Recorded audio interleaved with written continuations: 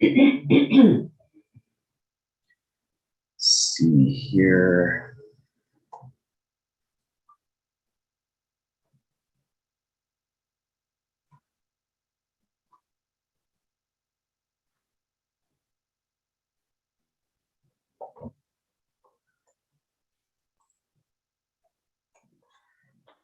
Okay. All right. Shalom, everyone. I'm Brother Doug, as always, with Awakened by Yahuwah Assembly, Yahuwah Almighty Yeshua Messiah. Today, we are going to be starting Deuteronomy. So we're going forward in our book by book, chapter by chapter readings. And now we are going to be doing, let's see here. So this would be, Deuteronomy 1-3, right? Okay, so let me just pull this up on the shared screen here. All right, let me go to my compare modules here. And let's fix something here. Let's do something here. So now we are going to go to Deuteronomy chapter 1. All right, here we go. Deuteronomy chapter 1. No, microphone. All right, that might help. Moshe's speech in the end of the 40th year. These are the words which Moshe spoke to all Yashrael on this side, Jordan, in the desert towards the west near the Red Sea, between Faran, Tufal, and Luban, and Aluan, and the gold works. Okay. A journey of 11 days from Horeb to Mount Seir, as far as Kadesh Barnea. It came to pass in the 40th year, in the 11th month, on the first of the month, Moshe spoke to all the children of Yashua according to all the things which Yahuwah commanded him for them.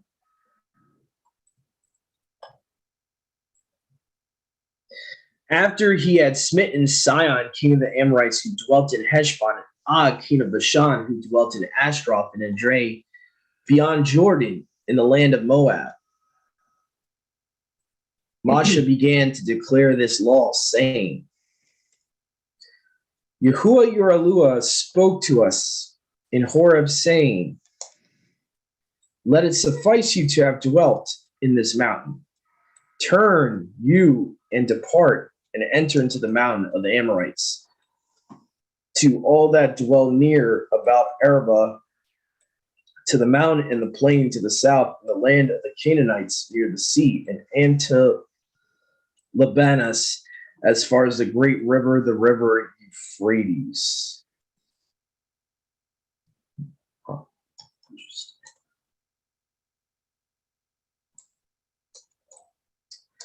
Verse 8.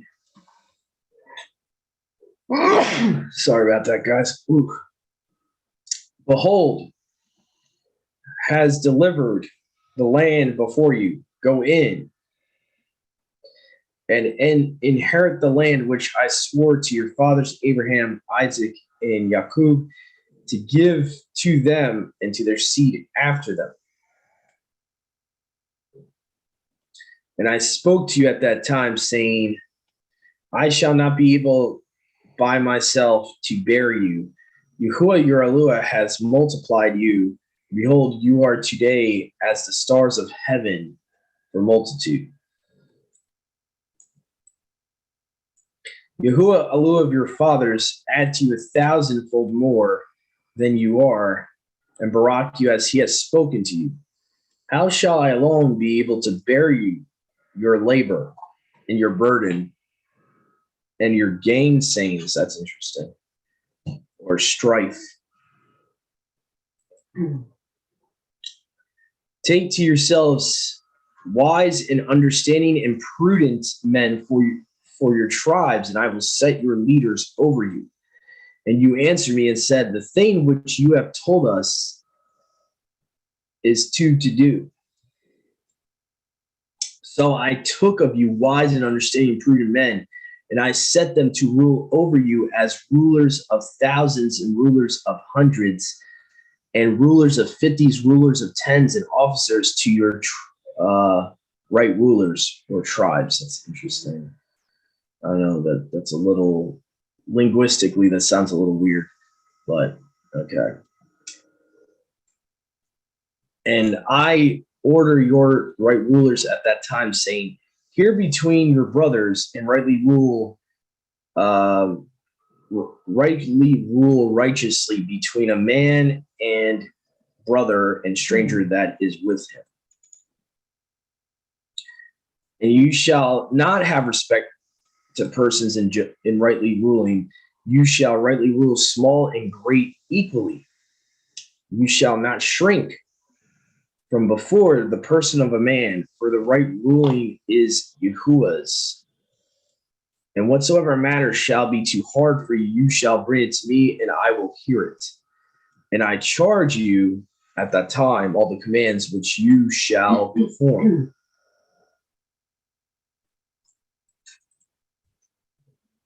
And we departed from Horeb and went through all that great wilderness, terrible, which you saw by the way of the mountain of the Amorite, as Yahuwah our Eluah charged us, and we came as far as Kadesh Barnea. And I said to you, you have come as far as the mountain of the Amorite, which Yahuwah our Eluah gives to you.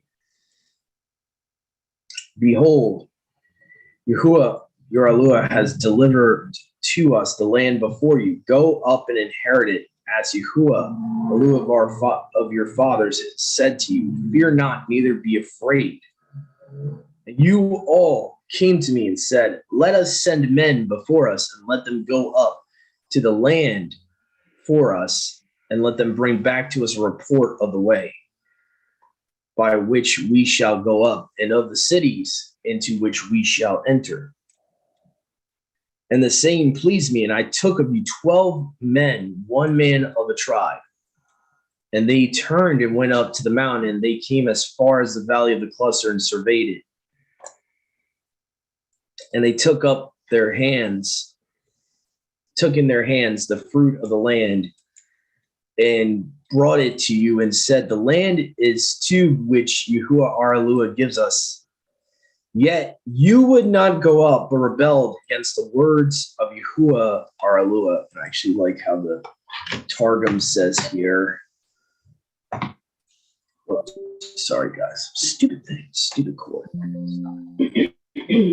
Stop it, you stupid cord. Okay. So verse 26 here says, in the Targum, it says, you were not willing to go up and were rebellious against the word of Yahuwah your Eluah. So I actually like that there.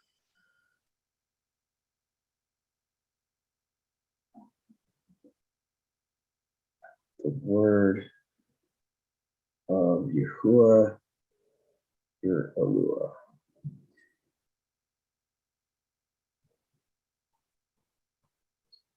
Yeah. Okay. And you murmured in your tents and said, because Yahuwah hated us, he has brought us out of the land of Egypt to deliver us into the hands of the Amorites to destroy us. Whether do we go up, and your brothers drew away your hearts, saying, a great nation, populous and mightier than we, cities great and walled up to heaven. Moreover, we saw there the sons of the giants. So very interesting there. What's interesting to note too, it says sons of the giants. So obviously you don't need another Genesis 6 scenario for that. You got giants begetting giants. So anyway, but so I find that interesting though. They called the Anakim the sons of the giants. And I said to you, fear not, neither be afraid of them. And again, here we have the Targum saying, the word of Yahuwah who leads on before you will fight for you, according to all that he did for you, Mitzrayim, in your sight. So again, interesting. Deuteronomy 130, Targum 8 Onkelos.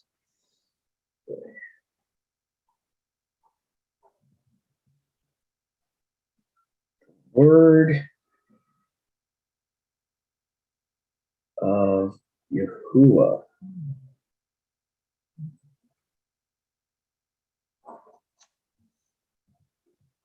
Just writing these down.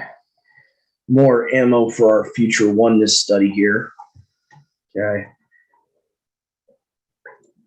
All right. Verse 31. So verse 30 was talking about how the word of Yahuwah is going to fight for them.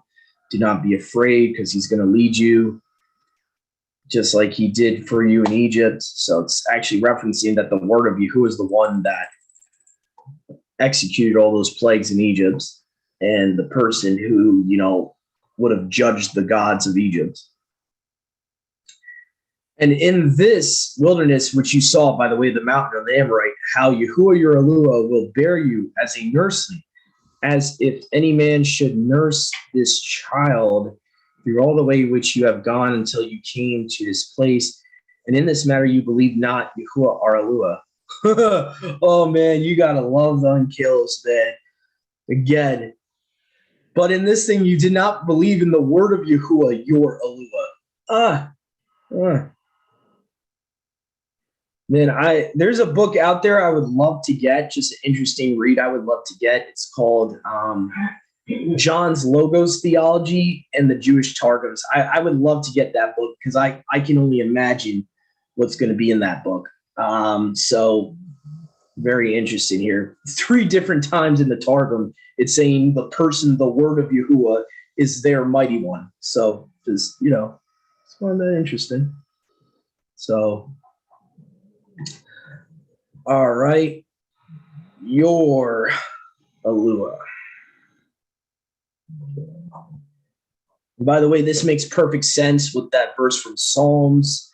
I believe Paul quotes from, where he talks about let all the angels worship him. Okay. So, but anyway.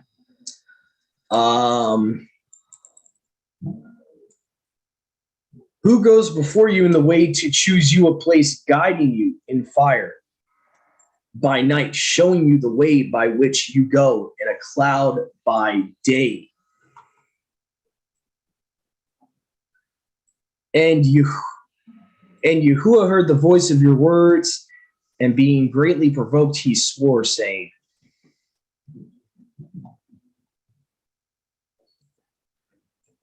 not one of these men shall see this tube land which I swore to their fathers, except Caleb, the son of Yefuneh. He shall see it, and to him I will give the land on which he went up, and to his sons, because he attended to the things of Yahuwah. Now, this is what I like about the other versions, especially the Targum here. It says, because he has been upright in the fear of Yahuwah. So again, I really like how the Onkelos paraphrases that a little bit there. Upright in the fear of Yahuwah.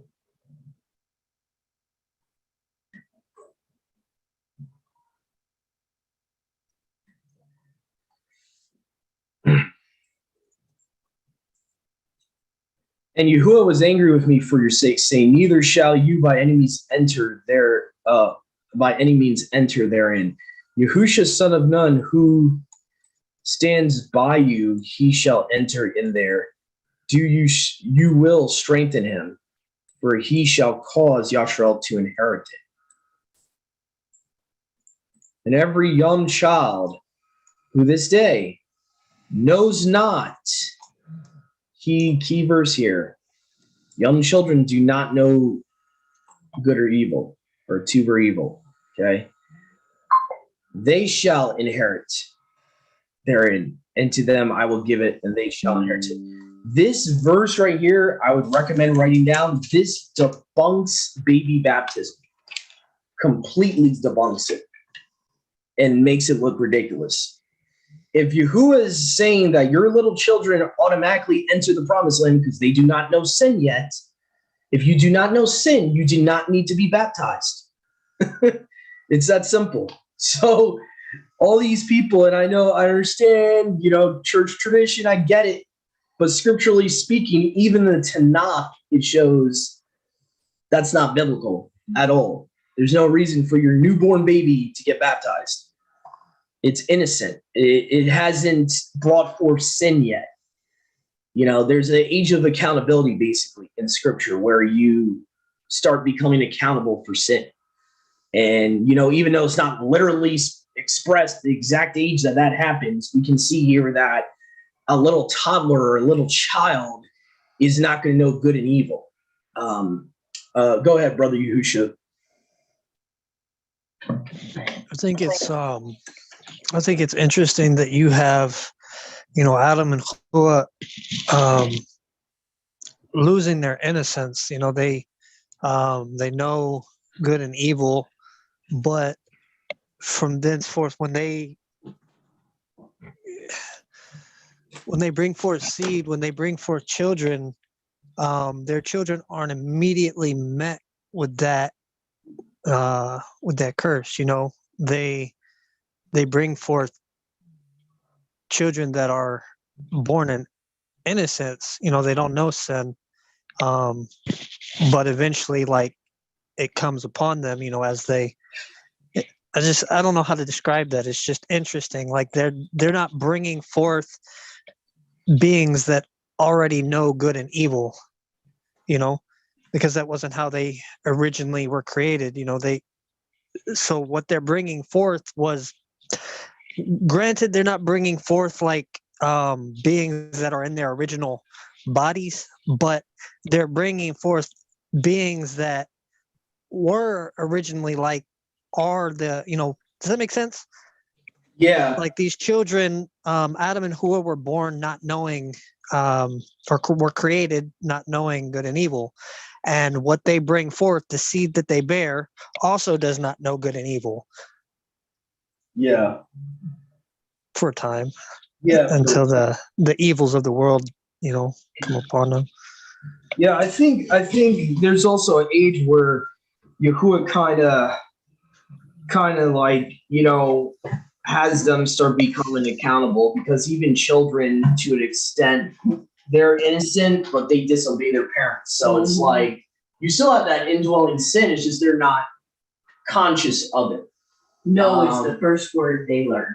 Yeah. No is the first so word. What it is that Yahuwah in this verse here is acknowledging that he doesn't consider them to have to be accountable for any sin because they're such a young age.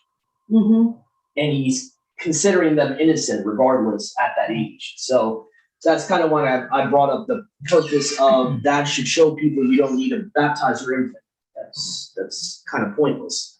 If they're not knowledge of what sin is at that point in time, there's no purpose for them to get immersed for repentance, because a lot of people don't realize, because we're raised in a Christian background, there's a purpose for baptism. Mm-hmm. Baptism is not just a random dunking of water, or you're getting dunked in water and that's it. It's a purpose of an outward ritual symbolizing you becoming a new person in Messiah, and repentance is included. So if the child is not coherent of sin, what's the purpose of dunking them in water? That I think that's kind of what I got anyway from the verse. That's what I got, is that there is a age that when a child's very young, they're still innocent, and they are. I think I wasn't even aware of what good and evil was probably until I was I would say maybe 9-10 years old. I would at least had to be closer to my preteens before I really fully understood what good and evil was. So really, if I think that's the purpose of that, is that they don't have at that young age, they don't have any consciousness of what sin is. And that's why it says they don't know good or evil. They still have that innocence, like Brother Yahushua was talking about. They still have that innocence in them that, yeah, there's indwelling sin genetically in their bodies, but they don't know of it. They don't know what the flesh is at that age. They don't know, you know what I'm saying? They're not conscious of it. They don't know about it until a certain age where obviously, you know, at a certain age, the parent would also start raising them to know what sin is as well. I mean, you know, you're supposed to raise your child in the way at a certain point, you know, and teach them about the scriptures at a certain point. So, you know, obviously they're going to become conscious of it the older they get. They're going to start becoming conscious of it. Oh, wow. Why do I have this inclination to want to disobey my parents? Why do I have this inclination to want to do that and this and that? Why am I so stubborn sometimes? Eventually they're going to be conscious of their flesh, and they're going to be conscious of what sin actually is. So, but as a little child, a little baby, there's no way they're going to, know that. So, that's kind of the purpose of that. So, but yeah, that's all I can really expound on that verse. It's just, what it's literally saying. I noticed too that the Septuagint is the only version that mentions this in the verse. Oh no, my bad. Let me correct myself. No, it does say that. Okay. I think there's another verse I'm thinking of at some other point where it's not mentioned in the Masoretic. So I apologize for that. No, but it seems like this verse has it in every version. They do not know good or evil. So you can get that almost in every version in verse 39 there. So let's see here. So other than that, I just wanted to bring that up because just as something to take note of. Let's see here. And you turned and marched into the wilderness and way by the Red Sea. Okay, so, and you answered and said, we have sinned before Yahuwah, our Elohim, and we will go up and fight according to all that Yahuwah our Elohim has commanded us, and having taken everyone his weapons of war and being gathered together, you went up to the mountain. So basically, this is the retelling of the story in the book of Numbers, where they're going to fight, the Anakim and all that. At first, they get scared. They sinned by not wanting to go up, and then all of a sudden they want to redeem themselves. But what Masha was trying to relate to them, as you're going to see later on in this chapter, he gets through the whole story, is that Yahuwah is not with you, and you're going to try to go up there. You're going to get slaughtered. What are you doing? You need to repent. Number one, you need to repent. Number one. Number two, you don't decide when you go up there. He decides. So this is a good example of really in a general application of seeking Yahuwah's counsel on things, in my opinion. Just something to chew on. Okay. And not to be presumptuous either. Like, if we know we messed up, we should kind of wait and see what Yahuwah wants us to do, after repenting, and all that. And Yahuwah said to me, tell them, you shall not go up, neither shall you fight, for I am not with you. Thus shall you not be destroyed before your enemies. And I spoke to you, and you did not hearken to me. You transgressed the commandment of Yahuwah. You forced your way up into the mountain. And again, in verse 43 here, the Targum says, you rebelled against the word of Yahuwah and dared not to go up to the mountain. So that's kind of interesting.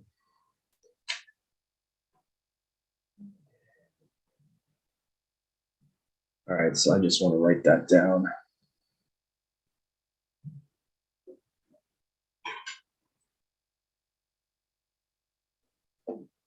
So we got verse 43 here. We're at Deuteronomy 1, verse 43.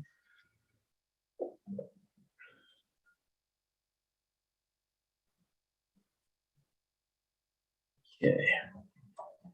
All right, here. So, But the Amorites who dwelt in the mountain came up against you and pursued you as bees are dispersed and smote you in Sire unto Hormah. So we see here the whole bees thing that Yahuwah talks about in the curses and all that, right? It's allegorical. It's not like he's sending literal bees. So That's his life. yeah, well, what I'm saying though, Mom, when you look at the curses of Deuteronomy 28, he doesn't give you that context. Okay. He just says he's going to send swarming bees against you. So the interesting thing is though, in prophecy, sometimes like a lot of things are allegorical. Even in Deuteronomy 28, a lot of things are allegorical. So you see here the context of the bees and the swarming of bees is actually allegorical. It's that he's sending the giants against them to punish them as bees. Okay, so I found that interesting.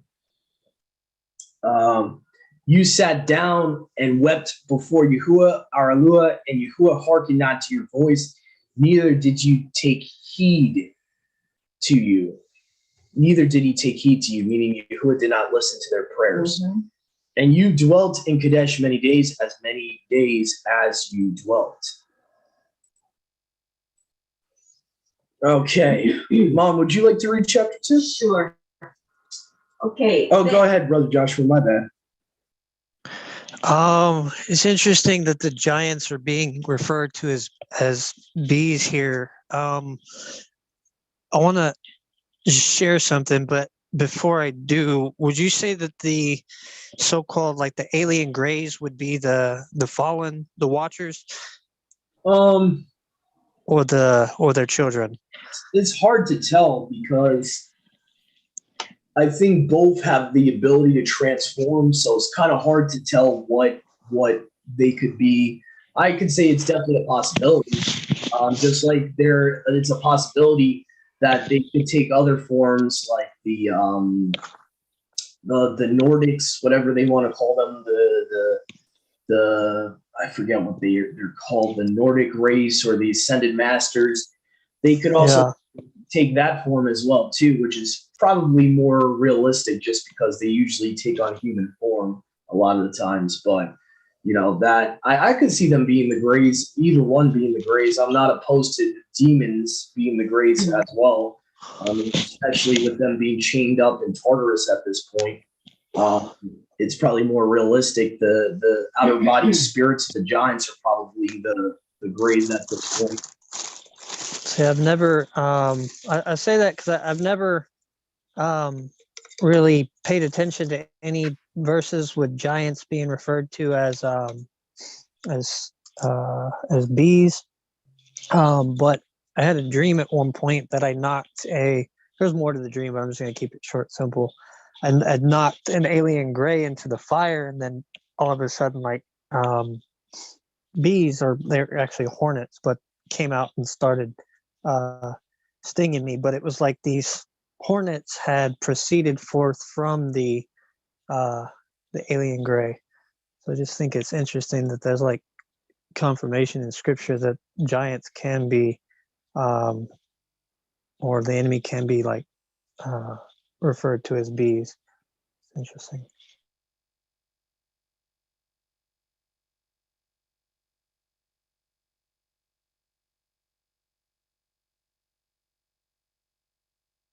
Yeah, it's definitely possible. I mean, if they're referred to as looking like frogs in Revelations, definitely don't believe that's fallen angels being talked about, where it says 3 unclean spirits came out of the beast and Satan and the false prophet. I definitely don't believe those are fallen angels.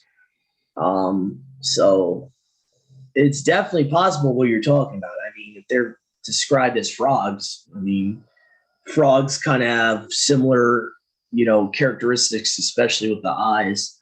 Not that hard for that to happen. And I would encourage people too. People might be saying like, this sounds like conspiracy theory, Doug, but you guys might want to look into the mythologies and look into how there's things called cryptids. Okay. There's things that basically disappear, reappear in the woods, weird type of creatures. I'm just saying.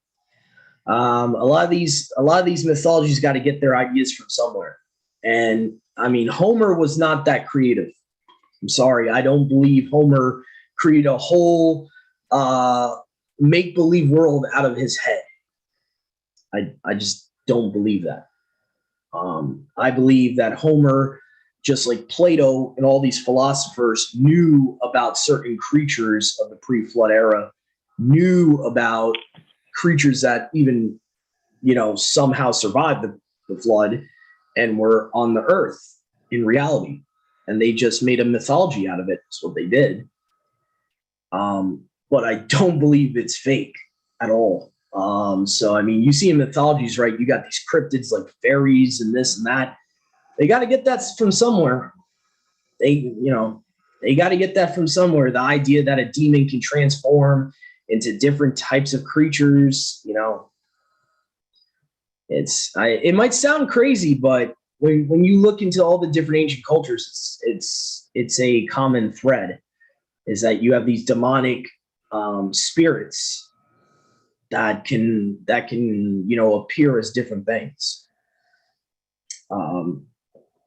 And to an extent, I believe that's what the sirens are that are mentioned in Scripture in the Septuagint. You have sirens, which were originally the wives of the B'nai Elohim of Genesis 6, and they were cursed to become sirens. And when they became sirens, their spirits eventually become what's known today as water spirits. And, even though I do side more with Brother Yahusha's interpretation of why Yahusha rebuked the sea, I can't take away from the fact there could be a possibility that Yahusha was also rebuking spirits that were in the water. I do believe there could have been a possibility to that as well. And why there's certain times it seems like the sea is like, almost rebellious and, and stuff like that. So I don't know. That's just a theory I have, because knowing what I know about these water spirits, and I mean, Scripture even says, can giants be born underwater?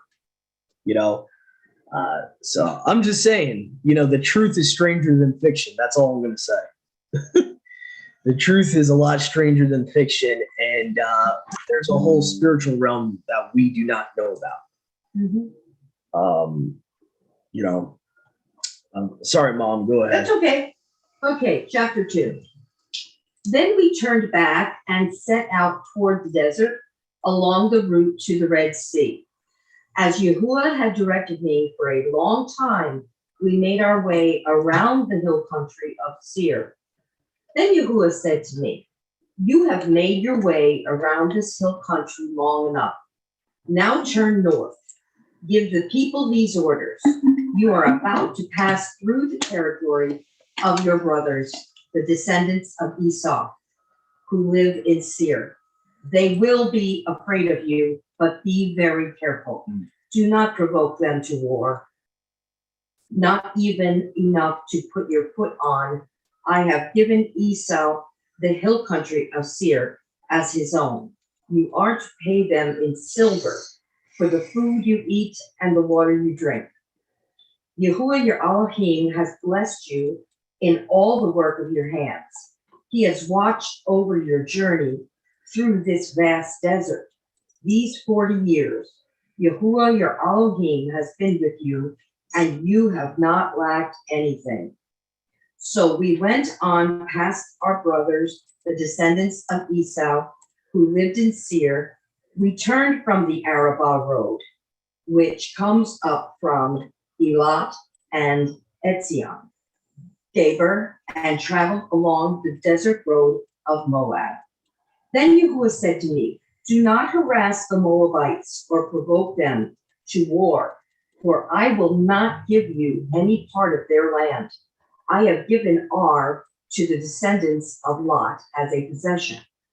The Emites used to live there, a people strong and numerous, and as tall as the Anakites. Like the Anakites, they too were considered Raphites, but the Moabites called them Emites.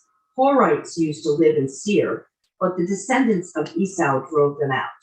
They destroyed the Horites from before them and settled in their place, just as Yashrael did in the land that Yahuwah gave them as their possession. And Yahuwah said, now get up and cross the Tsered Valley. So we crossed the valley. 38 years passed from the time we left Kadesh Barnea until we crossed the Tsered Valley. By then, that entire generation of fighting men had perished from the camp, as Yahuwah had sworn to them. Yahuwah's hand was against them until he had completely eliminated them from the camp. Now, when the last of these fighting men among the people had died, Yahuwah said to me, today you are to pass by the region of Moab at Ar. When you come to the Ammonites, do not harass them or provoke them to war, for I will not give you possession of any land belonging to the Ammonites. I have given it as a possession to the descendants of Lot. That too was considered a land of the Rephites who used to live there, but the Ammonites called them Zamzumites, that were a people strong and numerous and as tall as the Anakites. Yahuwah destroyed them from before the Ammonites, who drove them out and settled in their place. Yahuwah had done the same for the descendants of Esau, who lived in Seir. When he destroyed the Horites from before them, they drove them out, and they lived in their place to this day. And as for the Avites, who lived in villages as far as Gaza, the Kaphorites coming out from Kaphtor, which is Crete, by the way, out of Kaphtor, destroyed them and settled in their place. Set out now and cross the Arnon Gorge. See, I have given into your hand Sihon, the Amorite king of Heshbon, and his country. Begin to take possession of it and engage him in battle. This very day, I will begin to put the terror and fear of you on all the nations under heaven. They will hear reports of you and will tremble and be in anguish because of you. From the desert of Kedarmot, I sent messengers to Sihon, king of Heshbon, offering peace and saying, let us pass through your country. We will stay on the main road. We will not turn aside to the right or to the left. Sell us food to eat and water to drink for their price in silver. Only let us pass through on foot, as the descendants of Esau who lived in Seir and the Moabites who lived in Ar did for us, until we crossed the Jordan into the land that Yahuwah our Elohim is giving us. But Sihon, king of Heshbon, refused to let us pass through. For Yahuwah your Elohim has made his spirit stubborn and his heart obstinate in order to give him into your hands, as he has now done. Yahuwah said to me, see, I have begun to deliver Sihon and his country over to you. Now begin to conquer and possess his land. When Sihon and all his army came out to meet us in battle at Yahaz, Yahuwah our Elohim delivered him over to us, and we struck him down, together with his sons and his whole army. At that time we took all his towns and completely destroyed them, men, women, and children. We left no survivors, but the livestock and the plunder from the towns we had captured we carried off for ourselves. From Aroer on the rim of the Arnon Gorge, and from the town in the gorge, even as far as Gilead, not one town was too strong for us. Yahuwah our Elohim gave us all of them, but in accordance, you did not encroach on any of the land of the Ammonites neither the land along the course of the Yabbok, nor that around the towns in the hills.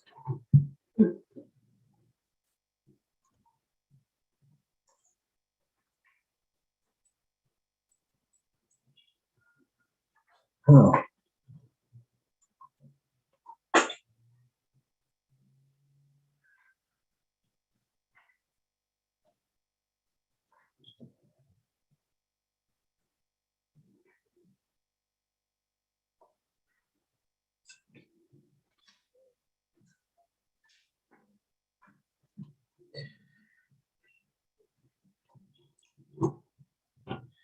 All right, so there was a lot of interesting stuff I came across here.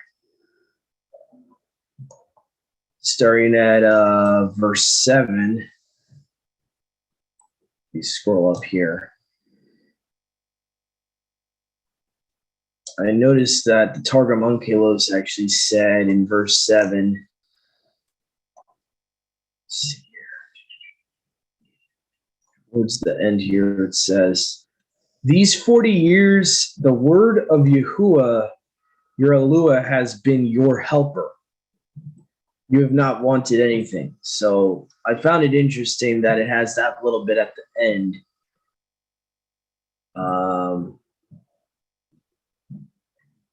So it's kind of interesting there because we know that in the book of Psalms, right?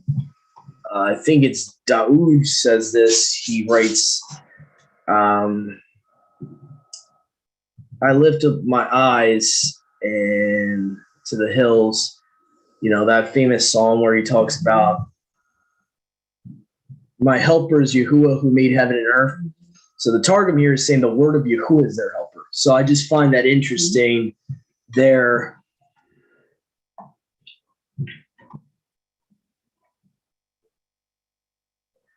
Okay, Deuteronomy 2:10. What I noticed here now, Mom, did your version in verse 10 say tall or strong? I'm just curious. Verse 10 in chapter 2. All right. Levites used to live there, a people among the numerous and as tall as Tall, the right? Anakites. Yeah. But I have to say something. That entire paragraph that encompasses 10 to 12 Mhm. is all in parentheses. Yeah. And there's another clip further where this whole section is in parentheses. So I guess that's saying that it would not have been. Well, it's there in the other versions, so I don't know what's going on with the Masoretic text because it's there in the other versions. There's no parentheses. I'm looking at 3 different versions here. There's no parentheses at all. All right, I just thought it was odd. Yeah. It was 2 big paragraphs. No, the NIV, who knows? I don't know. But the reason I asked you to read that was because it's not tall in the other versions. Ah. It's actually saying strong or powerful. So I find that interesting because, you know, some people that believe in the Sethite theory, they'll use this and be like, oh, they were just tall men, Doug. Really? Tall men, okay? So it says as strong as the Anakim or as powerful as Anakim. So what we have to understand here is, number one, these are not regular humans. Number two, in the earlier texts, it's not talking about their height. It's talking about their strength. Okay. The reason that's important is because we got to understand is about, especially when you're talking about the original giants, they were super strong. They had superhuman strength. This is where we get the superheroes of old and Gilgamesh from. The first ever superhero story in history was Gilgamesh. Okay, these creatures were super strong. Like, imagine, trying to use an example here. Like, you know, the Incredible Hulk, right? That's what these guys were like. Yeah. They could like crush a wall. Mm-hmm. So that's why I think it's important that both the Septuagint and the Targum say strong or powerful. Mm-hmm. For some reason, the Masoretic says tall, which I don't like because, they're tall. Yeah. So what? We already knew they were tall. Okay. So like that's besides the point. Yeah. We already knew that they had their height was bigger. I mean, all you gotta do is read Numbers 15. Mhm. So to me, powerful or strong, it drives the whole point a lot better. Mhm. Okay, there's something about their strength that is different from the Israelites. Okay. And then it continues on saying they are counted as giants. And like giants also they were. But the Moabites called them the Emim or the Umim. So the Umim are like basically children of Raphaim. Okay. By the way, Hebrew word for demon. Okay. Rapha. Okay.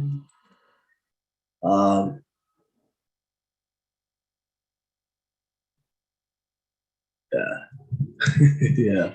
So the Raphaim Septuagint, you take the word Raph or Rapha, and that's the Hebrew word for demon, okay, or outer bodied spirit, okay, departed spirits.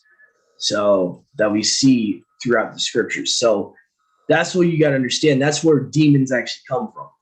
They are literally the departed spirits of the giants. And you see that both in the canon and in the book of Enoch. Clearly, that's what they are, because the Septuagint, every time it has Rapha, will just translate it as giants. So even the Septuagint translators understood what type of quote unquote spirit or ghost the Rapha was. So, but anyway, let's see here. Strong and powerful. We already went through that. Verse 12, the Edomites destroyed them and dwelt in their place. That's an interesting little tidbit there in verse 12. They wholly consumed them and dwelt in their place. So they replaced the Horites. Kind of interesting. Go ahead, Brother Yahusha. Let's say there's one other word for demon in Hebrew. It's shad. I guess multiple would be shadim. Yeah. Or the shades. Yeah. Basically. Yeah, I remember seeing that, shade spirits. Yeah. Yeah. I forget how many times that's used.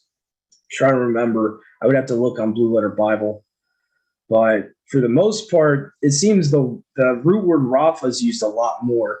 I'm wondering if shades is just used general as spirits, because I haven't seen that as commonly used.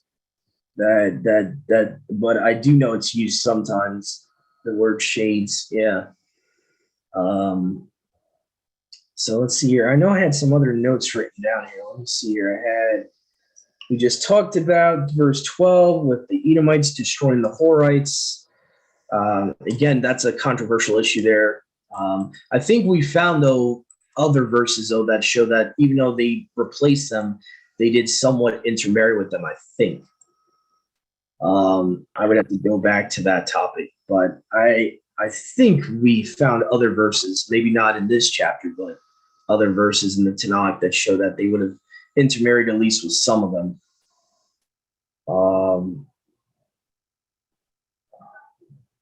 In the days which we traveled from Kadesh Barnea, so it talks about Kadesh Barnea, 8 years, whole generation then.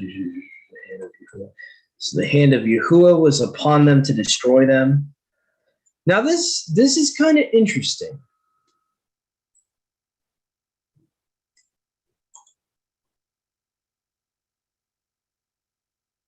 I wonder why the Targum doesn't have the hand of Yahuwah. It just says a stroke from before Yahuwah was upon them. It's kind of interesting. So that's something I want to write down there. Verse 15, both the LXX and Samaritan Pentateuch has the hand of Yahuwah.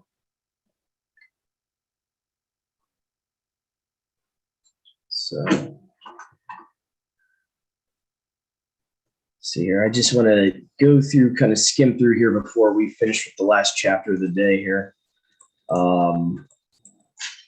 Ammon, so the children of Ammon. Obviously, they were not supposed to attack the Ammonites because they're the children of Lot. So are the Moabites. It shall be accounted a land of Rephaim, so a land of the giants. For Rephaim dwelt there before, and the Ammonites called them. Now, this is where it's weird. Samaritan and the Septuagint have the same name, but the Onkelos has a different name for them. Very weird. So, by the way, an interesting study for those that like to test the manuscripts like I do. You'll notice a lot of the variants that the Samaritan Pentateuch has with the Masoretic Septuagint will agree a lot of the times with the Samaritan when that happens. So let me just see here. So it says the Zukumim, which is at least similar to the Zamzumims. Now, I don't know where the Onkelos is getting this other word for them for. Hashbani, I've never seen that before. Hashbani or B'nai. Talking about great people, many and mightier than you. Again, what's weird is that it seems like the Masoretic text and those that agree with it seem to want to go and point out the height of the giants rather than their strength, which I find kind of weird because the giants don't have to be super tall. And it's kind of misleading because, right, you have the Goliath. He was a Nephilim, but was he super tall? Not really. So I kind of agree with the Septuagint and the Targum when it comes to how it's describing these Anakim here, because it's more pointing out their strength rather than their height. And he even says, a great nation, populous and mightier than you, as also the Anakim, yet Yahuwah destroyed them from before them, and they inherited and dwelt instead of them until this day. So interestingly enough, the Targum and the Septuagint both agree with pointing out the strength of these giants rather than their height. Mightier, stronger.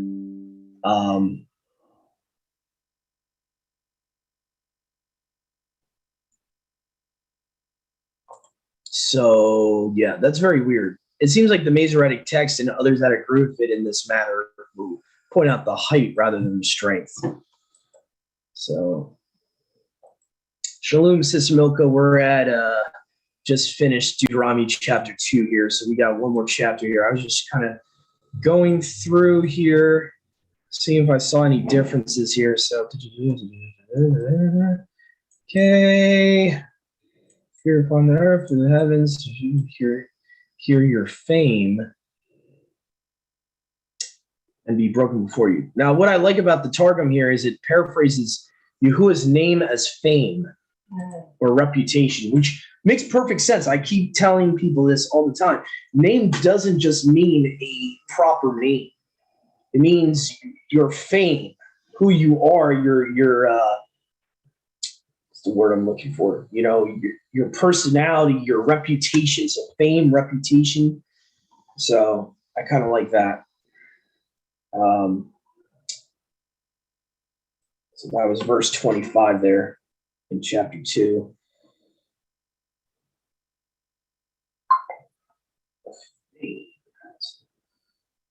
All right. And I think that's it for the most part. I don't think there's anything else I could bring up. Definitely some differences there. But the Moabites mentioned. And I think there was a verse actually I was looking at before. Verse 14 was the only other one I wanted to bring up. I noticed very subtly that, look at this here. It says, in the Septuagint, it says,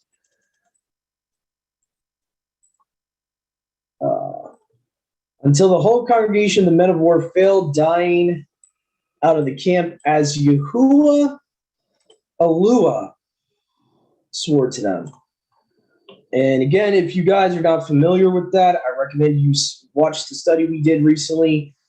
The Yahuwah Alua or Yahuwah Elohim equals the word of Yahuwah. So I recommend you guys check that out. I think you'll find that study interesting. It might help you understand why I'm pointing this out here.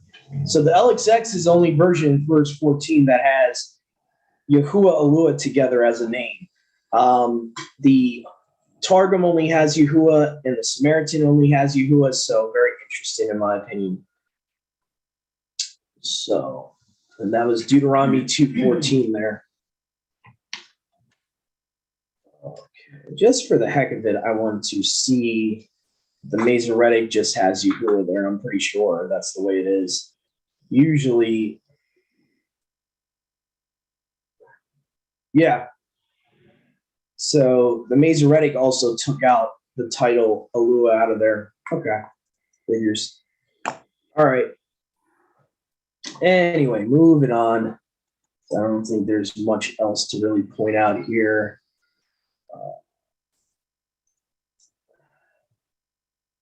What translations kept Alua, Brother Doug? Basically, every manuscript says except for the Septuagint.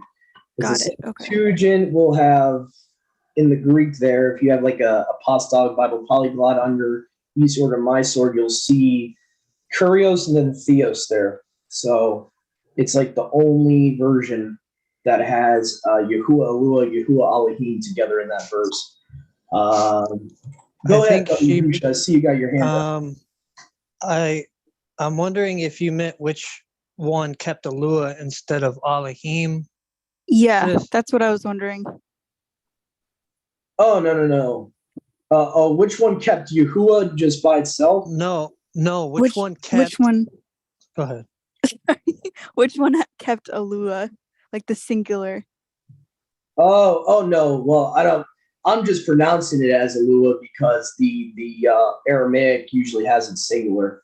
But yeah, I don't think I can prove it really with the texts we have because I think the Targums and are like the only ones that have Alua or Aloa actually physically there. I'm just assuming if that's the case, if it was originally singular, I'm just pronouncing it like that. But what I meant to say was that like in your English, like you could see it even in the English where it will have all caps Lord and then God together as a compound name. The Septuagint is the only one that has it like that in that verse, in verse 14 there. Even if you look at the ISR here, it would just say Yahuwah in verse 14. Until all the generation of the men of the battle was consumed from the midst of the camp, as Yahuwah had sworn to them. And so the main difference is that the title of Alua, or if you prefer Elohim, is basically omitted in the Masoretic. It's basically, and it seems like many times they do that. They take out the title of Alua or Elohim that follows Yahuwah. They take that out a lot of times. So try to see if I can show you real quick on the screen what I'm talking about here, just as a visual. I wonder why they did that. Like why? I think they knew who he was. If I was to put a theory out there, I think just knowing the Kabbalists, the name that they give to Metatron and try to replace Yahusha with that name, I think they know who Yahuwah Elohim actually was. And I wouldn't be surprised at the Masoretes knowing that they hate Yahusha. I mean, they're pretty much like the Pharisees. I wouldn't be surprised if they tried to do that on purpose, because a lot of the times it's very obvious when it's like, I forget how many times they do this, but they do it a lot to where it's like it can't really be a mistake anymore if they're doing it like every other time. So let me see here if I can just show you real quick. I need to get actually my eSword on here because I don't think I have a Strong's keyed into I need to fix that on my word software. Let me see here. So if you go to like parallel view, I think it's called here on eSword. So you go here, and let's just, for example, use the King James with the Strongs, and then use ABP plus, keyed into the Strongs of the Greek, and you'll see in Deuteronomy 2:14,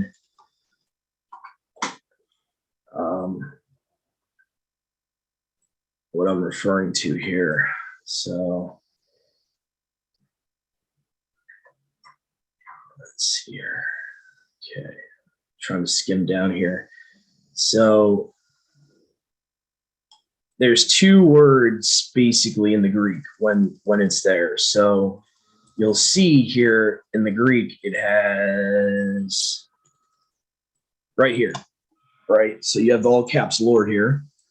Obviously, we know that's where Yahuwah is supposed to be. So that's Kurios. So again, it's supposed to be a supremacy in authority in the Greek language. So it's not just a regular someone's lord or master.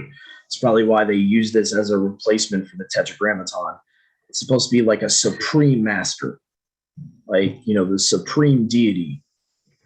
And then you have Theos right after it, which is what they translate as God. So what it seems to be leading on here is that in the Septuagint originally, because originally the Septuagint, there wasn't Kurios, it originally had Yahuwah's name in Paleo Hebrew. It would have had, basically, it would have had something like Yahuwah Alua or Yahuwah Theos, which Theos just means mighty one. It's like, basically Theos is like the Greek equivalent to Alua, basically.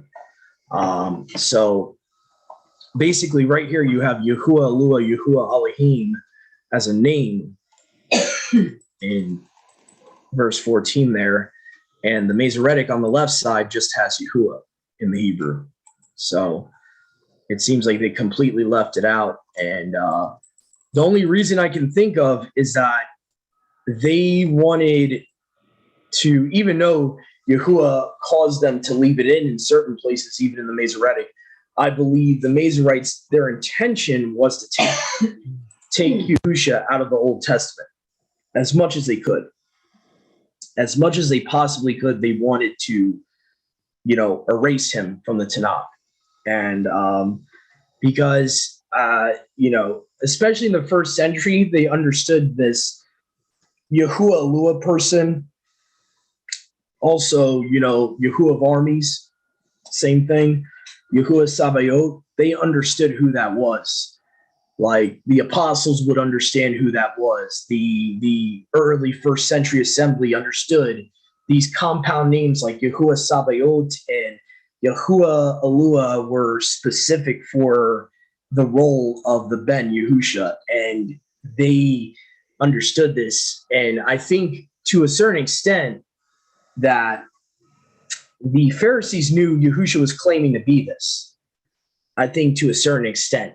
And that's kind of why that whole oneness concept they used to have got suppressed, because it was Yahusha made it very clear he was basically saying, yeah, I'm that pre-incarnate word of Yahuwah. I'm that Yahuwah Sabaoth. I'm that Yahuwah Lua. By him claiming to be the I am and the Ahaya Sharahaya, he's claiming to be all of that. So I could easily see rabbis later on, rabbinical people later on saying, we gotta kind of, you know, delete that concept out of scripture. And I think if they had their way and Yahuwah didn't have his hand, you know, basically preserving these copies of his word enough, I think they would have been successful in probably taking Yahusha fully out of the Tanakh. So that's kind of my theory. I can't really prove it, but knowing what these Masoretic scribes believed in, knowing what the rabbinical circles believed in, by the time you get to the 10th, 11th century AD, I could easily see them doing that on purpose because I can't explain why they would meticulously leave out the title Alua so many times when so many times you can just compare the two texts. It will have Kurios Theos a lot of the times, and then it will just have Yahuwah in the Hebrew, and that's it. And the title of Alua is not followed by it. But I think it's very clear, that was their agenda. So I believe there was an agenda to it. And I noticed that overall, the Septuagint has that compound name, Yahuwah Alua, Yahuwah Elohim, far more times in their manuscript than the Masoretic does. The Masoretic seems to want to take out the title out of that compound name, the title of Alua out of there, for whatever reason. So anyway, but that's the only reason I could think of why they would do that, why they would go to the trouble of doing that. Go ahead, Brother Yahusha.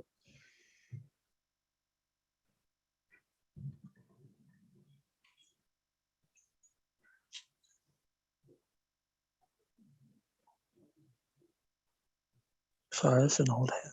Oh, it's okay. Yeah, I was gonna say, is that an old hand? No worries. But yeah, for those that missed that study, let me kind of just drop the link there.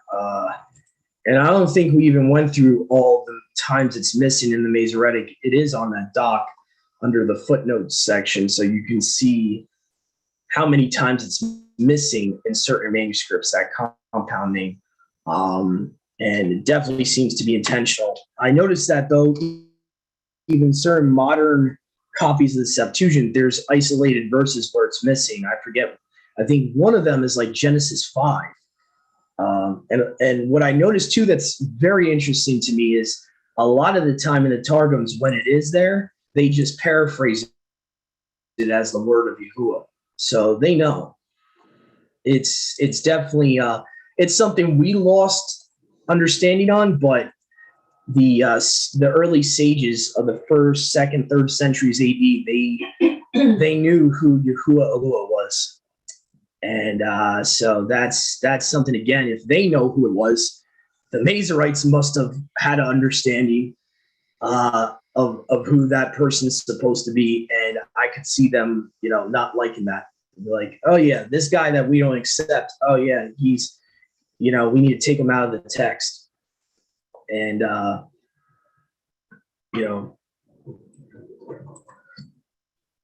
let me see here. Let me just try to find this real quick.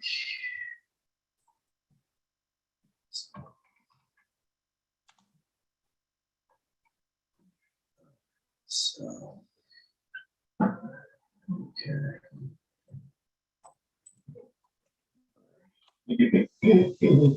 You okay, Mom? Yeah. All right. I think we're going to have a new reader for our last chapter here. And we're finally getting to the Battle of Og of Bashan. And I think we're going to deal with the other Amorite king as well, Sihon, yeah. Now, Og, for example, he wasn't just strong, he was very tall as well.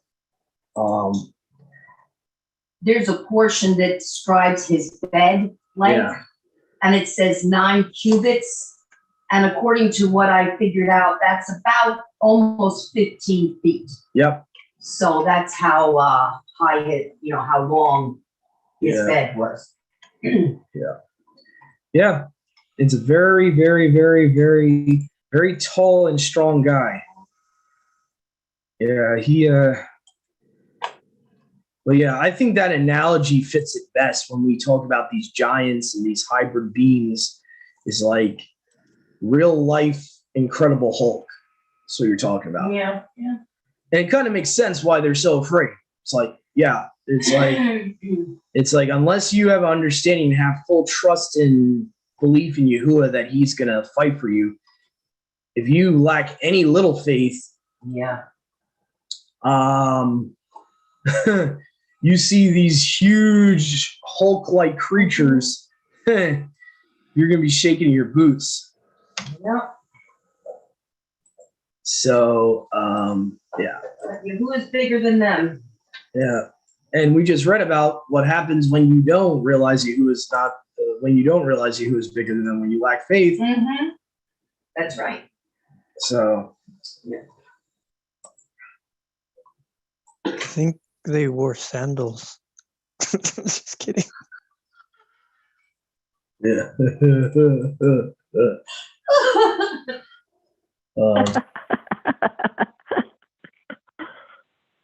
yeah. So, all right. There we go. So I sent the links to that. I'll make sure when this gets uploaded, I'll try to put in the description.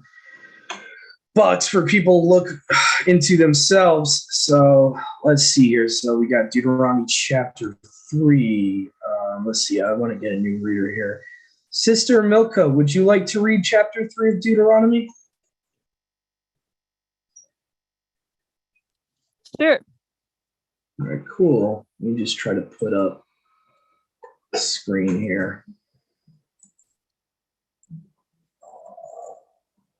Try to fix this here.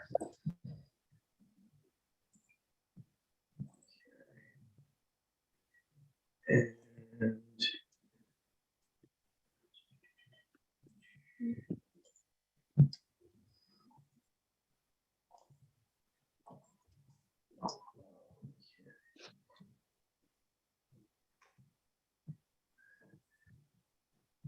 all right, so You ready? Yep. Okay, great. Then we turned and went up the way to Bashan, and Og the king of Bashan came out against us, he and all his people, to battle at Edrei. And Yahuwah said unto me, Fear him not, for I will deliver him and all his people and his land into your hand, and you shall do unto him as you did unto Sihon, king of the Amorim, which dwelt at Heshbon. So Yahuwah Eloheinu delivered into our hands Og, also the king of Bashan, and all his people, and we smote him until none was left to him remaining. We took all his cities at that time. There was not a city which we took not from them. 80 cities, all the region of Argob, the king of Og in Bashan. All these cities were fenced with high walls, gates, and bars, beside unwalled towns a great many. And we utterly destroyed them, as we did unto Sihon, king of Heshbon, utterly destroying the men, women, and children of every city. But all the cattle and the spoil of the cities we took for a prey to ourselves. And we took at that time, and we took at that time out of the hand of the 2 kings of the Amorim the land that was on this side of the Yarden, from the river of Arnon unto Mount Hermon, which Hermon the Sidonian called Sharon, and the Amorim called Shanir. All the cities of the plain, and all Gilad, and all Bashan, unto Kachka, and Edrei, cities of the kingdom of Og in Bashan. For only Og, king of Bashan, remained of the remnant of Rephaim. Behold, his bedstead was a bedstead of iron. Is it not in Rabbath of the children of Ammon? 9 cubits was the length thereof, and 4 cubits the breadth of it, after the cubit of a man. And this land which we possessed at that time from Arer, which is by the river Arnon, and half Mount Gilad, and the cities thereof, gave I unto the Revanim and to the Gadim. And the rest of Gilad and Bashan, being the kingdom of Og, gave I unto the half tribe of Manasseh, all the region of Argob, with all Bashan, which was called the land of Rephaim. Here the son of Manasseh took all the country of Argob unto the coasts of Geshuri and Machathi, and called them after his own name, Bashan, Chavath, Yair, unto this day. And I gave Gilad unto Machir, and unto the Revanim, and unto the Gadim I gave from Gilad, even unto the river Arnon, half the valley, and the border even unto the river of Yaboch, which is the border of the children of Ammon, the plain also, and the Yarden, and the coast thereof, from Kinneroth, even unto the sea of the plain, even the salt sea unto Ashdoth, half Picha eastward. And I commanded you at that time, saying, Yahuwah Elohim has given you this land to possess it. You shall pass over armed before your brethren, the children of Yasharel, all that are meet for the war. But your women and your little ones and your cattle, for I know that they have much cattle, shall abide in your cities, which I have given you, until Yahuwah have given rest unto your brethren, as well as unto you, and unto they also possess the land which Yahuwah Elohim has given them beyond the Yarden. And then shall ye return every man unto his possession, which I have given you. And I commanded Yahushua at the time, saying, Your eyes have seen all that Yahuwah Elohim has done unto these two kings. So shall Yahuwah do unto all the kingdoms whither you pass. Ye shall not fear them, for Yahuwah Elohim, he shall fight for you. And I besought Yahuwah at that time, saying, O Yahuwah, you have begun to show your servant your greatness and your mighty hand. For what is, it says El, but I guess Elohim is there in the heavens or in the earth that can do according to your works and according to your might. I pray you, let me go over and see the good land that is beyond the Yarden, that goodly mountain and Lebanon. But Yahuwah was wroth with me for your sakes, and would not hear me. And Yahuwah said unto me, Let it suffice you. Speak no more unto me of this matter. Get you up into the top of Picha, and lift up your eyes westward, and northward, and southward, and eastward, and behold it with your eyes, for you shall not go over this Yarden. But charge Yahusha, and encourage him, and strengthen him, for he shall go over before this people, and he shall cause them to inherit the land which you shall see. So we abode in the valley over against Bet Peor.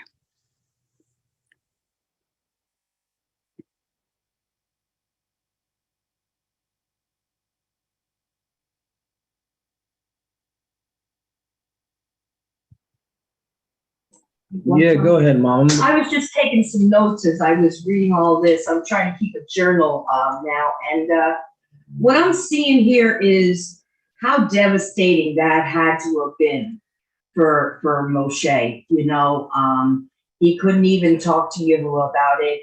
Yahuwah was done. That was it. You know, and it dawned on me just as I was reading this a few minutes ago that our status really doesn't matter when it comes to obedience and faithfulness and having faith in Yahuwah and obeying him in this instance. The status doesn't matter, you know. Moshe was his leader, his intervention with Yashrael, and it didn't matter because wrong is wrong. And he had to do what he had to do. And it just kind of dawned on me, you know, and as Moshe died, I mean, we know from scripture that he was still highly favored, you know, with Yahuwah and Yahusha for that matter. But it's still, he had to be corrected. He had to be punished. Yeah. And it just kind of dawned on me that way, that no kind of status really makes any kind of difference. Yeah. Mm-hmm. We're the same. When we sin in front of him, we are all the same in his eyes. What do you think was the main? I know that he was supposed to not strike the rock, and he struck the rock. And so I've always wondered, was it his lack of faith? Was it because he was getting frustrated with the people? Because he says that, like, for your guys' sake, I am not able to see the land. And it is like interesting because at one time Moshe, when the children of Yashua were worshiping the golden calf, he was like, blot my name out, like blot it out, like for for them. But like Moshe wasn't even worthy to do that yet. He needed Yahusha to do that for us. But it just is interesting. Like, I wonder where that stemmed from, like a lack of faith, I guess. I think he had it with Israel at that point. Moshe was so pissed. He just struck it out of anger. And I think why it was so severe was who he struck. You really don't get that, like Chuck Missler has always said, Old Testament concealed, New Testament revealed. You don't get the context of that really until Paul is given the wisdom about it. And Yahuwah's tells him, well, that was my son he struck. And coming from a man's perspective, and us men are made in his image, I can understand from Yahuwah's point of view, you're striking my only begotten. Yeah. I'm going to get a little pissed. And, I think Yahuwah got mad and punished him righteously, but also, out of righteous anger, Yahuwah, said, listen, you did not set apart me among Yashar. Also, Yahuwah took it as you're not trusting me, so now you're striking the rock. So I think there's like multiple takeaways you can take from that story of Masha being frustrated, lacking faith, and all that. And it was really because of the people, because they got into the point where they kept murmuring every little time. And it's like, Masha, as humble as he was, he had a breaking point. Sure. And, I think that's what happened with that. I found something interesting while scrolling down here in verse 21 in the Targum. It says, fear them not, for the word of Yahuwah, your Eluah, will fight for you. So again, we see here that the word of Yahuwah, the person known as the word of Yahuwah, is being called their mighty one. So again, let's see here. I wanted to go to the verse that Sister Milka was referring to before in verse 24, I think it is, where you have, so this time it differs a little bit, and this is where they're sneaky. The Mazarites were sneaky. They changed this here, Yahuwah, however you want to pronounce it, Yahuwah Elohim, Yahuwah Eluah. They changed this to Adonai. If you look at if you actually look at the Hebrew text, lowercase Lord in English would be the Adonai, and then the all caps God, that's Yahuwah there in the Hebrew. So if you have like a Strong's Concordance or King James key to the Strong's, this usually is Adonai and then Yahuwah. And so they seem to have changed the compound name from Yahuwah Elohim, Yahuwah Eluah to Adonai Yahuwah for whatever reason.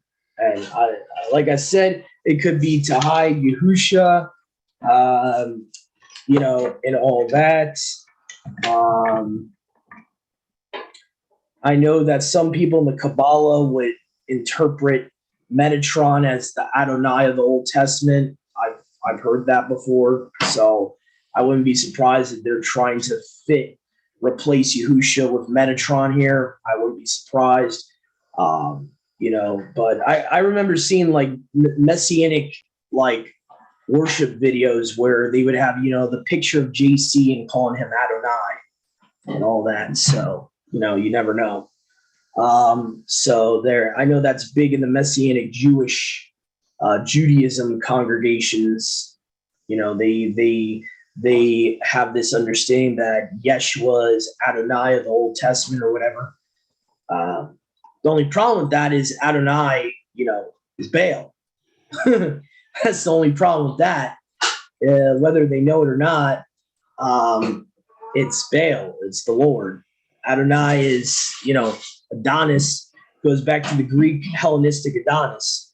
So it's not, I personally am not a fan of the word Adonai, even if it's just used for master, like calling Yahusha our master and all that. I'm pretty sure they would have had their own word for master before Adonai came into their language. So I don't use that. I don't honor it. Even when I'm reading a Masoretic Bible, I completely will not vocalize the Adonai. Just because I truly believe that's been added to the text over time. Jeremiah, and you guys can look this up for yourself, Jeremiah 23:27 in the Septuagint says, they have caused my people to forget my name in the worship of Baal. So if you think about it today, right? Even if we look at the man-made religion of Judaism, right? They don't know the creator's name. They use Hashem. They use Adonai. They use this, that. They use Elohim as a name, not just a title, a name. They think that's the creator's name. So when I look at that verse from Jeremiah, I think that's been fulfilled even in these modern times. They're literally in the worship of Baal. They've forgotten our creator's name. And whatever deity they serve and worship, they are using names of Baal, whether they know it or not. So I am not. I know there's other people out there that would disagree with me, but all you got to do is look it up for yourself. Go on Encyclopedia Britannica, type in Adonai or Adonis, and you'll see that they're admitting that it's the same word. It's literally the same word, and even on etymology dictionaries. It says, the Hebrew conjugate of Adonis is Adonai.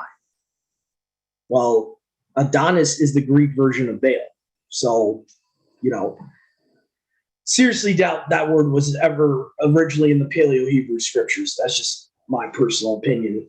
But I don't honor, those. Yeah.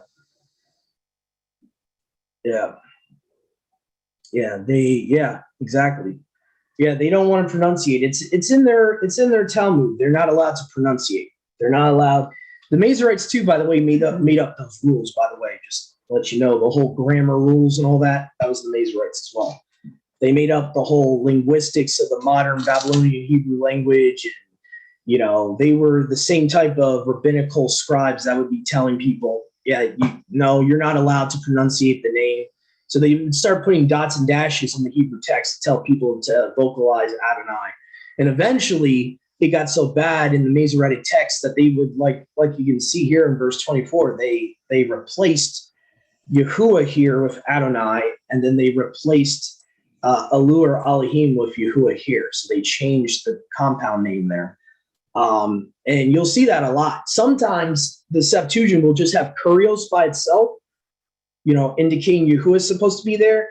And then the Masoretic in the Hebrew will just have the H136 Adonai by itself, like completely replacing Yahuwah with Adonai as a name. I think where you can find that is, I believe, Isaiah 29:13, perfect example. In the Sefer, most of them that honor the Masoretic text, like the Sefer, will say, "Thus has Adonai said," and so you'll see that, like right there, that they're replacing Yahuwah's name with Adonai, and that's a common understood thing historically. You can look it up for yourself. You don't have to believe me for it, but that was basically one of the Baals of the nations. So anyway, so I find that interesting that the Septuagint here in verse 24 has Kurios Theos there as a compound name again. So you have Yahuwah Elua in verse 24 there. So let's see here. And then it talks about your mighty hand. Let's see here. Okay. Mighty hand. I will therefore go over and see this good land. The Antipolinus. It's very interesting that different versions have different names. Like the Greek has Antipolinus. The Samaritan has Lebanon. So that's kind of interesting. What verse is that? Verse 25. So I find that interesting. Go ahead, Brother Yahusha. So when you get to Oh, please don't hit my stomach like that. When you get to okay, so hold on, let me go. Deuteronomy 3:22. I saw this in more places. There seems to be more places than just the places that Strong's lists, where it says Alua. If you look at if you go to the HISB, it's going to say Yahuwah Hu Aluhaikim. However, and the Strong's is going to take you to H430 Elohim. However, there's no way that can be Elohim. If you look at that last, the CH, the chet and the mem, that seems to be a suffix, because I went to Google Translate and I tried out a couple different, like your cat, your dog. The chet and the mem seems to be a what they use whenever you use the word your. Like if I'm gonna say like your cat, whatever the word for cat would be, it would end with a CH and an M. So before it though, you have the Aleph, the Lamed, the Ha, and then you have I don't know what the Yod there would be, but you literally have um,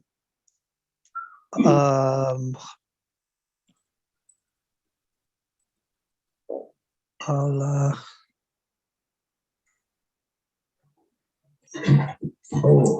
Okay, I take that back. Because there should be a U between the Lamed and the U. Maybe that, I don't know. I don't get that word. It's not Alua and it's not Alahi. Huh. I don't know. It's just weird because it doesn't seem to be either.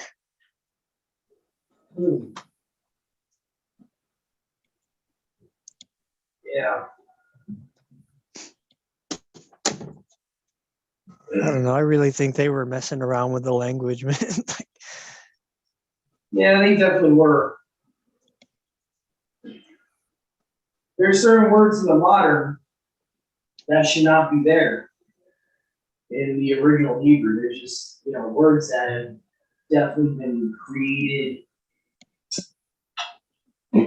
for the whatever purpose they created them for.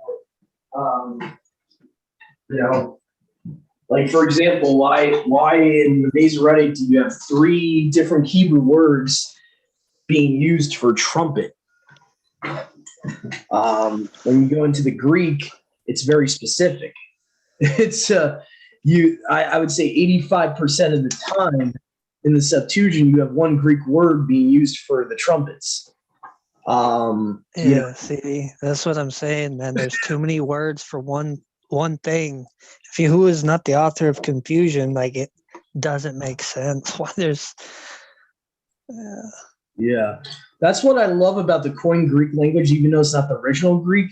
Even the Koine Greek is very specific. It's compared to the Babylonian Hebrew. It's very specific.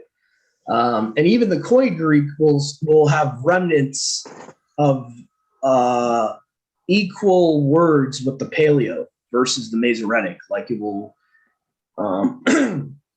there will just be like, just equivalents to the original Hebrew.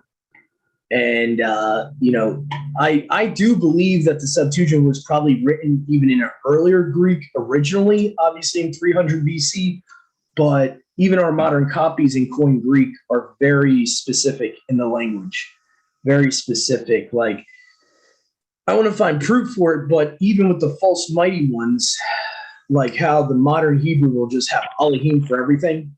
We'll have Elohim for angels and Elohim for the gods of the nations, but then we'll be calling Yahuwah and Yahusha Elohim.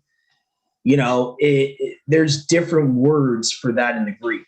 Like, I think if I remember correctly, Theon, from what I remember watching Devoted to Yah stuff, he was talking about how Theon is usually the Greek word when referenced to talking about the idols of the Gentiles, the gods of the nations. You have theon being used there. And then when it's talking about Yahuwah, when it's talking about Yahusha, theos. So even in the Greek New Testament, the language being used in the Greek New Testament is a little bit more specific than the modern Hebrew, the Babylonian, Yiddish Hebrew. That's the problem. Like, is that yes, the original language that it comes from is the language Yahuwah used to mankind, introduced to mankind. But the problem is that what we call Hebrew today is so far away from that it's been corrupted so much that you have to have that's where the Septuagint comes in and Samaritan comes in, is that they're a lot closer. Even as different languages, they're a lot closer to the original Hebrew, especially Samaritan.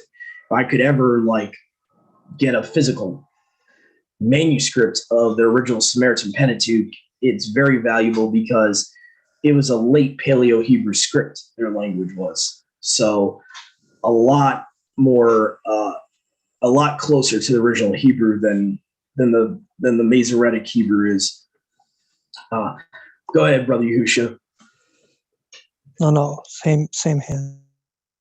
So that's what a lot of people don't realize, because people are like, why are you so big into Greek? The Greeks are our oppressors. I'm like, okay, putting all that to the side, you got to understand that the Greek language has not changed as much as you got to understand. Yes, it's changed. It has changes, okay, but it hasn't been perverted as much as the Paleo-Hebrew language. We're so far away in this modern, quote unquote, biblical Hebrew, what they want to call biblical Hebrew today, from the Hebrew that Moshe used. A lot of that has been lost. A lot of that has, a lot of the original meanings of things and words and their original language has been lost at this point. You can look it up for yourselves. Historically, by the time Messiah came on the scene, they were mainly speaking two languages in the land, Aramaic or Greek. That's about it. The Paleo-Hebrew language was only a liturgical synagogue language at that time. And even after that, it wasn't being used at all for a good time period. There was what you would call almost a linguistic dark age for the original Hebrew language, where it was barely being used for ages. And so now what we have, now we're trying to work backwards to the original Paleo-Hebrew with very limited resources. And that's the problem, is that it's not been used for so long. Now we have to use links, modern links to it. A lot of what we know about the pronunciations, from what I've seen and what other people have researched, it comes from what's known as the Phoenician language, was a modern version of it. And you had the Phoenician alphabet, and you had the Samaritan script as well. Those are our two main links to the original Paleo-Hebrew language. Those are the two closest links we have. So what we got to realize too is that it's not going to be a perfect Paleo-Hebrew language, because that language was not used for so long. And so now we're trying our best. People are trying their best through research to get back to that language. But what you got to understand is your Bibles are not written in that language. You got to understand your Old Testament that you're using, that Masoretic Old Testament, is a far cry from the original Paleo-Hebrew scriptures. Far cry. Even language-wise, just taking away doctrine, just talking about language-wise, a lot different.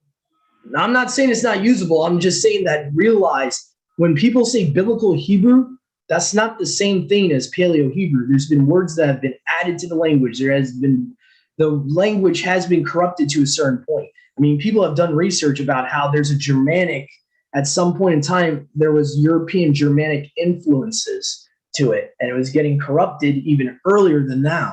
I forget exactly what time. I think it might have been the 6th century, 7th century. Around that time, you had a lot of Germanic influences. That's why you have Moabite stones that show that it went from Yahuwah to Yehuwah. Mm-hmm. And then eventually went to, Yehovah, and all that, because of all the Germanic influence. Go ahead, Brother Yahusha. And I want to say that just because you take the manuscript that you're using and you run a program to convert the Masoretic Hebrew into ancient Hebrew doesn't change anything except for just changing the font. That's it.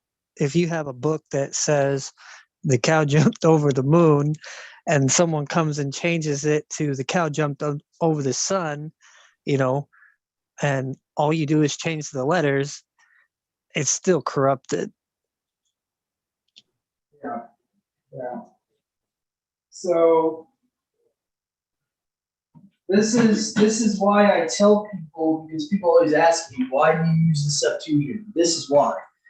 The Septuagint, really, like I said, the two main manuscripts that are the closest to the original Paleo-Hebrew, you really have as complete Torahs.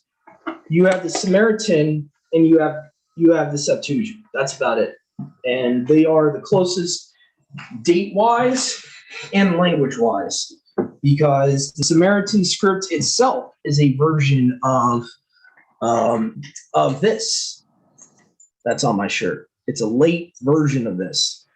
So when you look at language-wise, that's the closest you're going to get. There's certain Greek words, when you have lexicons and stuff, you can kind of figure out, okay, what it would have been in the original Hebrew and stuff like that, because it gives you equivalence the best it can, linking back to what we have today of the Hebrew language. So that's why the Septuagint is important. That's why the Aramaic Targums are important. Just for linguistically, the Aramaic is a sister language to the original Hebrew. I'm talking about the original Hebrew. It's a sister language of. So hence why they have Alua instead of Alihim, because, after a while, certain things, I think eventually what happened was certain things in the Hebrew language, they started making things plural for whatever reason, that maybe don't need to be plural. And they started, changing little linguistic things here and there. And that's why, like I said, it's very obvious when you look at certain topics in the Masoretic text. Like I said, when you look at the trumpets and the fact that there's 3 or 4 different words that are translated as trumpet in the King James, doesn't make sense. Like, why? Why does there need to be 3 different words for the same meaning? So it to me, I think it's important. I'm not saying don't use the Hebrew or don't use the Masoretic, but just understand that language is not perfect. And there's going to be issues with it. There's going to be, especially when you talk about the names of Baal and all that, and all the Baal worship that seems like they were kind of flirting with, that the Masoretic scribes were flirting with. You'll see a lot of that. And I believe personally that's why they shortened Alua or Alihim into El or Al. You'll sometimes see, like, why would they have it as just 2 letters? Well, when you research and find out that El is a Canaanite god, a Canaanite version of Baal, okay? So when you start researching and seeing that, you'll see why that these guys weren't, these Masoretic scribes weren't exactly on the up and up. They weren't exactly, doing the right thing all the time. They definitely had their own little doctrines and their own little issues. And I think I even question their genuineness if they're putting that much Baal worship into the scriptures, whether they really worshiped Yahuwah or not. And I'm not taking away that they could have been scholars, because the story is that supposedly they were scholars and, they knew their, Hebrew language through and through. I'm not taking away from that. They could have been scholars. Mm-hmm. Guess what? Westcott and Hort were scholars too. But they also manipulated the scriptures in the New Testament. So just because someone's a scholar doesn't take away they are men, they are fallible, and they have agendas. Yeah, that's right. Because I hear all the time people say to me, oh, they're scholars, Doug. They're scholars. What do we know? They're scholars. First of all, you don't have to be a scholar to translate something that's already been created. If there's a copy of the scriptures of Yahuwah's word in front of me, and all I'm doing is copying doesn't take a brainiac to do that. So, I think sometimes we idolize scholars and, get into all this like scholarly debate, stuff like that. It's almost like how Paul talks about don't pay attention to the debate of the Pharisees and the scribes. It's like they could be scholars, but if they don't have Yahuwah's Ruach in them, they're not going to be genuine with how they're translating things. And so we just got to be a little careful. We can't be giving it too much the benefit of the doubt to, stuff like that. So we gotta be Bereans. That's all I'm trying to say. We gotta be Bereans. If something doesn't add up in an English translation, we gotta, take up a concordance, or whether we have a physical concordance or we have a Bible app, and be like, okay, wait a minute, let me make sure this is translated correctly. That's why it's important to pray before you read. If you didn't take anything away from this, Absolutely. pray before you read. Ask him to lead you into the right understanding, because most of the time he'll point something out to you when a word is like incorrect. He'll be like, yeah, look at that. That doesn't even make any sense. Look at that. What the heck is that talking about? So that would be my recommendation for people. But just for those out there that are new to, this YouTube page and wondering why, I usually put up these parallel views of 3 versions of the Torah while we're reading. There's a reason I do that.